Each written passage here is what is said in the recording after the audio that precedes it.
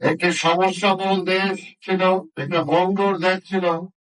সেই দেশটাকে জিয়া রহমান দায়িত্ব দেওয়ার পরে প্রতিটা সেক্টরে তিনি পুনর্গঠন করেছিলেন, সংস্কার করেছিলেন। আজকে যারা সংস্কারের কথা বলেন, সর্বপ্রথম রাষ্ট্রপতি জিয়া রহমানের জীবনী থেকে তাদের শিক্ষা গ্রহণ করা উচিত। কিভাবে ডাক্তার না দিতেও অতি অল্প সময় একটা ধ্বংসপ্রাপ্ত জাতিকে কিভাবে তিনি টেনে তুলেছিলেন। যে দেশের মানুষ নাকে মারা গেছে, রাজপথের জোয়ারিস লাশ পড়ে থাকলো, সেই দেশটাকে তিনি কিভাবে খাদ্যের সংশোধন করেছিলেন। যে সেনাবাহিনীতে চলছিল, সেই সেনাবাহিনীতে শৃঙ্খলা ফিরিয়ে এনেছিলেন। যে শিক্ষাঙ্গনে পড়াশোনা ছিল না, পরীক্ষা ছাড়াই পাস এবং নম্বরের ছড়াছড়ি ছিল, সেই শিক্ষাঙ্গনে তিনি ডিসিপ্লিন ফিরিয়ে এনেছিলেন। তাই ভাইয়ের আমার, আজকে বলব, দেশের একটা সংকট সেটি উত্তোলনের জন্যই শেখ হাসিনাকে বিদায় করার পরে আমরা ডক্টর ইউনূসকে দায়িত্ব দিয়েছি। কিন্তু সংকট উত্তোলন দূরের কথা, এখন নতুন নতুন সংকট সামনের দিকে আসছে। এই জন্যই আমরা বলেছি, বিএনপি ক্ষমতার জন্য না, বিএনপি দেশের স্বার্থে বলেছে। যেহেতু আমরা জানি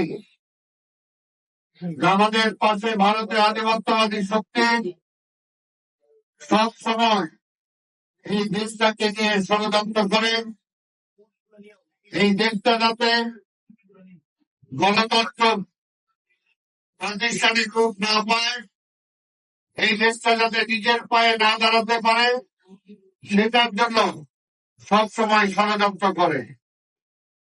আবার এখনো পলিটিক্যাল ফেস্টিভ্যাল এই সীমান্তের ওপারে বসে ষড়যন্ত্র করছে।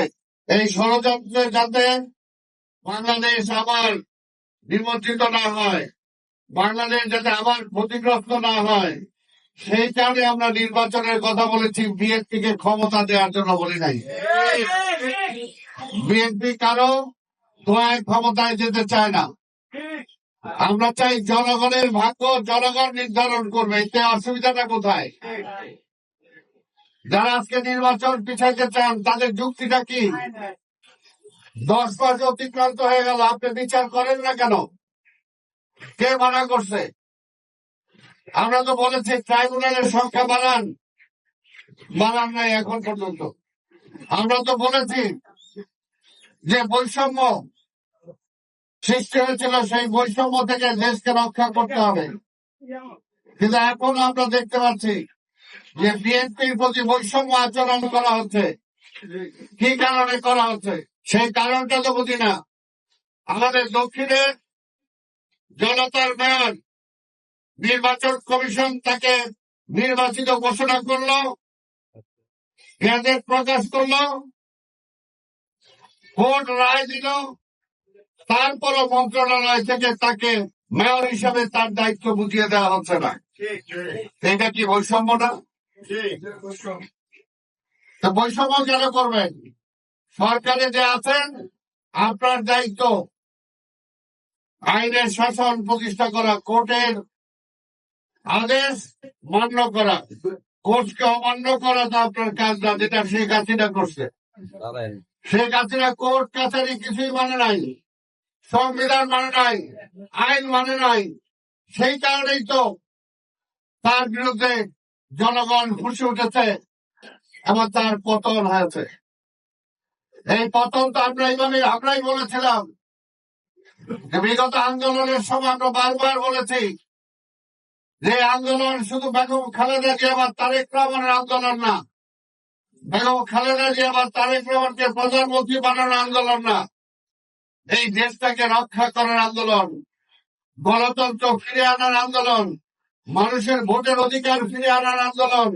তাই সাংবাদিক, বুদ্ধিজীবী, ছাত্র, কৃষক, শ্রমিক, সর্বমেহনতি মানুষ সবাইকে রাজপথে নেমে আসতে হবে এই হাসিনাকে উৎখাত করার জন্য। এবং সবাই যখন রাজপথে নেমে আসবে তখন সে অভ্যুত্থানের মধ্যেই শেখ হাসিনার বিদায় হবে। আমরা তো এই কথা বারবার বলেছি।